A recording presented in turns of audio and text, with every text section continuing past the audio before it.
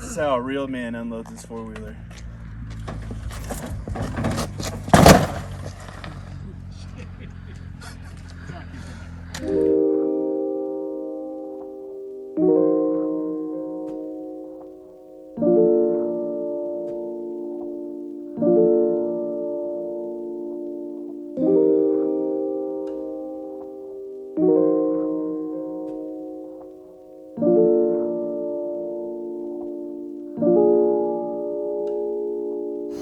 Alright everybody, well this is our final day out here. We're going to be heading home tomorrow, but right here we're at Clear Creek Falls.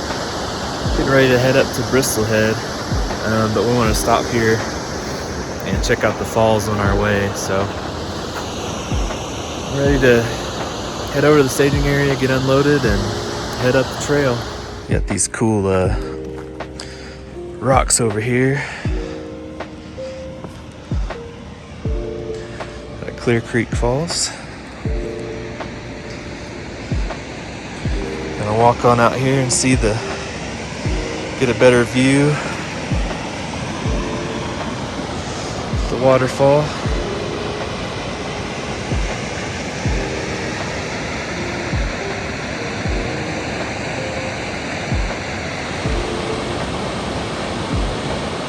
Decent amount of water this year.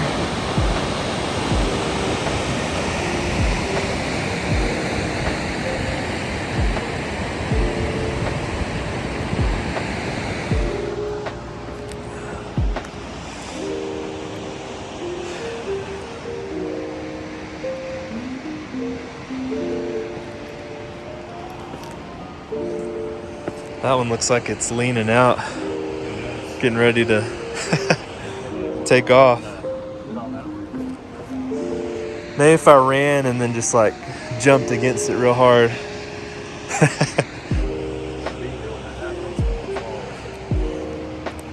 Yeah, this one too, it's got a recent break.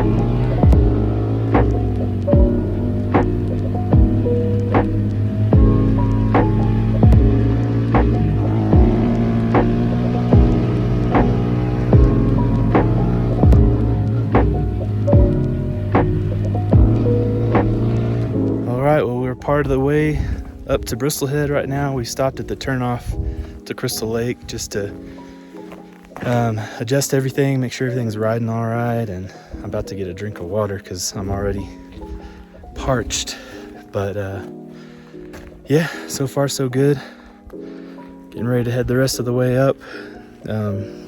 If all goes well, it'll only take us about another 30 to 40 minutes to get up there. So it's real still and quiet right now, and got some cloud cover moving in. So should be pretty good conditions for now. Hopefully we get in and out of here before the afternoon storms show up. So we'll see.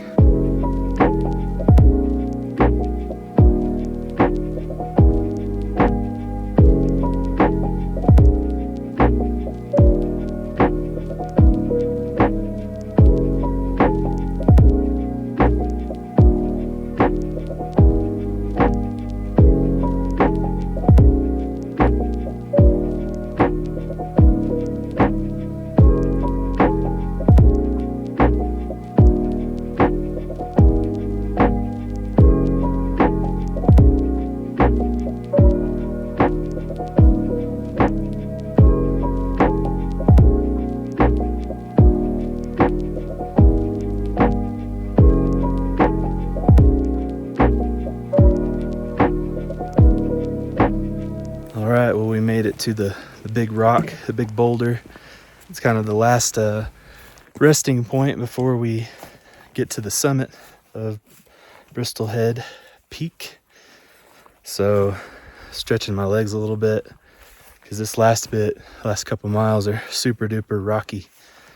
So just trying to recover a little bit from the last part to get ready for this part. So yeah, the first time I ever came up here, I think I was 10 or 11.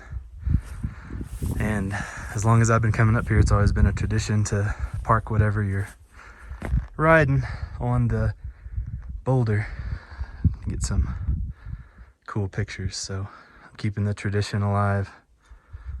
So that's Bristol Head Peak. That's where we're getting ready to end up. And this last bit of the trail, you can see goes right here, winds around, it goes in front of the mountain right there, goes along this ridge, and then it comes around over here and goes out on top. So if you look really close, you can see tracks that go straight up the face. That's the way we always used to go, because it was like a Jeep trail, and we would just go up that way straight up the face, because it would save you about 20 minutes of riding. What seemed like 20 minutes, maybe it wasn't that long. But anyway, they put up a bunch of markers and blocked it off, and you're not supposed to go that way anymore. So the way to the left is way rockier, bumpier. There's some huge boulders. You gotta kind of, if you're on a smaller four-wheeler, you gotta hop over them. So it's not as fun, but gotta go with the rules. I think now if you did that, you'd get a huge fine. So we don't want that. Anyway, here in a little bit, we're gonna head on up that way, get up on top, and I'm gonna get the drone out and get some awesome drone footage.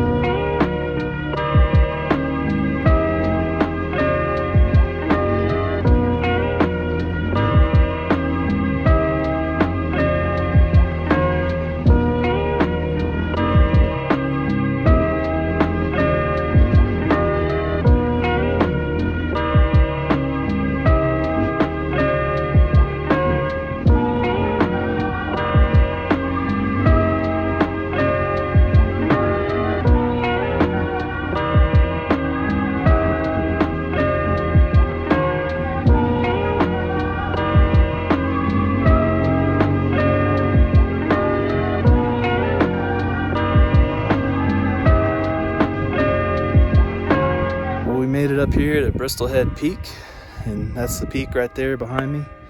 Haven't made our way over there yet, but used to be able to, you could ride all the way to the end, and I've got pictures of me like with on my four-wheeler, like right up to the edge. Pretty cool, but yeah, can't do that anymore. They've got signs over there saying that you can't go over there. But anyway, like I said, that last bit of the ride sure was rough. The arms are all shaky from that, but yeah, all in all, you couldn't ask for better weather out here. I don't see any storm clouds forming, so we should be able to get off the top of the mountain before everything, if there is any weather, we should be able to get off before it hits. But anyway, yeah, I just got up here and checking everything out. Gonna get the drone out here in a little bit, but it's actually not too windy up here. A lot of times it's really windy, but there's kind of a little breeze coming up. It's kind of coming like up from down the canyon there. But anyway, yep, I can't remember. I think maybe I've been up here maybe 8 to 10 times, somewhere in there. Always cool, always one of my favorite things to check out for sure.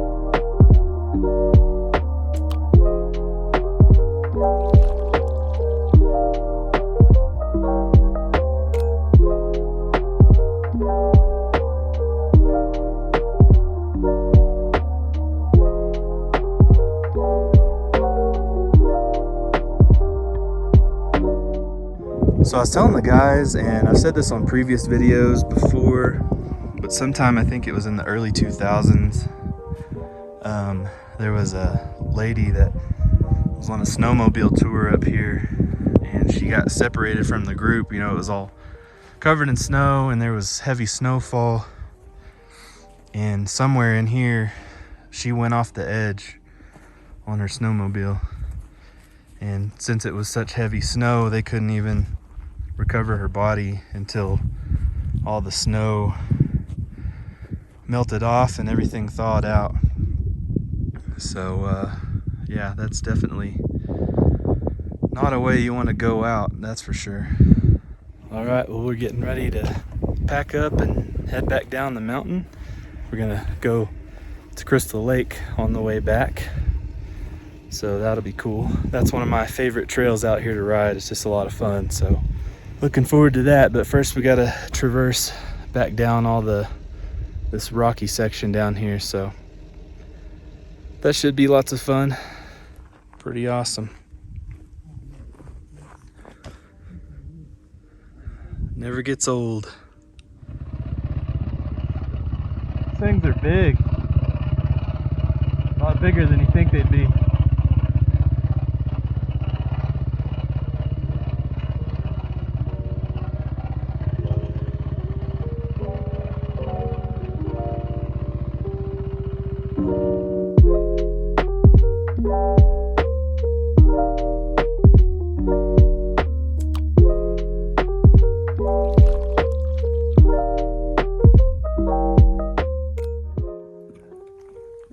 Yeah, Sean was saying a few years ago, a lady drove her snowmobile right off that cliff in the heavy snow.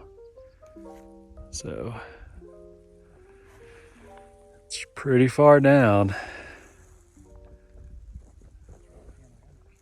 Let's see if I can get just a little bit closer to the edge there.